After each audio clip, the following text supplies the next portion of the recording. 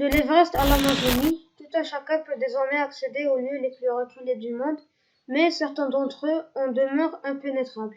Des États-Unis à l'Inde, en passant par l'Italie ou le Brésil, voici donc une sélection des endroits les plus secrets et inaccessibles de la planète. Zone 51. Avec sa réputation d'usine à fantasmes, il n'y a rien d'étonnant de voir la zone 51 occuper la tête de cette liste. Cette base militaire américaine de 155 km², située dans le désert du Nevada, a nourri nombre de théories complotistes.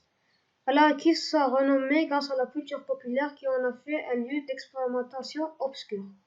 J'en avais déjà parlé dans une précédente vidéo, donc si vous voulez la voir, je la mets en description. Île de Nord Sentinelle. Située dans le golfe du Bengale, la petite île indienne de Nord Sentinelle abrite l'un des peuples les plus sauvages de la planète. Les sentinelles, c'est leur nom, veulent éviter tout contact avec la civilisation. Il faut dire que les coutumes et les croyances n'ont quasiment pas évolué depuis 70 000 ans. C'est pourquoi cette tribu d'une centaine de membres, qui vit essentiellement dans la pêche, défend son style de vie forcément. Ils n'hésitent pas à brandir arc et flèche face à tout intrus qui oserait accoster sur leur terre. Queimada grandit.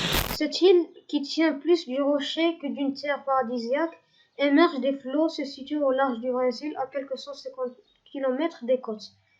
Aucun être humain n'y vit et pour cause, Queimada grande est infestée de serpents, les reptiles appartenant à l'une des espèces les plus venimeuses du monde, et c'est pour cette raison qu'elle est inhabitable. Poveglia. Elle a beau être localisée à quelques kilomètres de la très touristique ville de Venise, l'île de Poveglia n'a toutefois rien à voir avec sa célèbre voisine. Totalement abandonnée depuis des décennies et interdite d'accès, elle traîne derrière elle un sombre passé. Durant le Moyen Âge, Poveglia a servi de mouroir aux malades de la peste noire. Des milliers d'individus y sont jetés dans les fosses communes, non sans avoir enduré de terribles souffrances.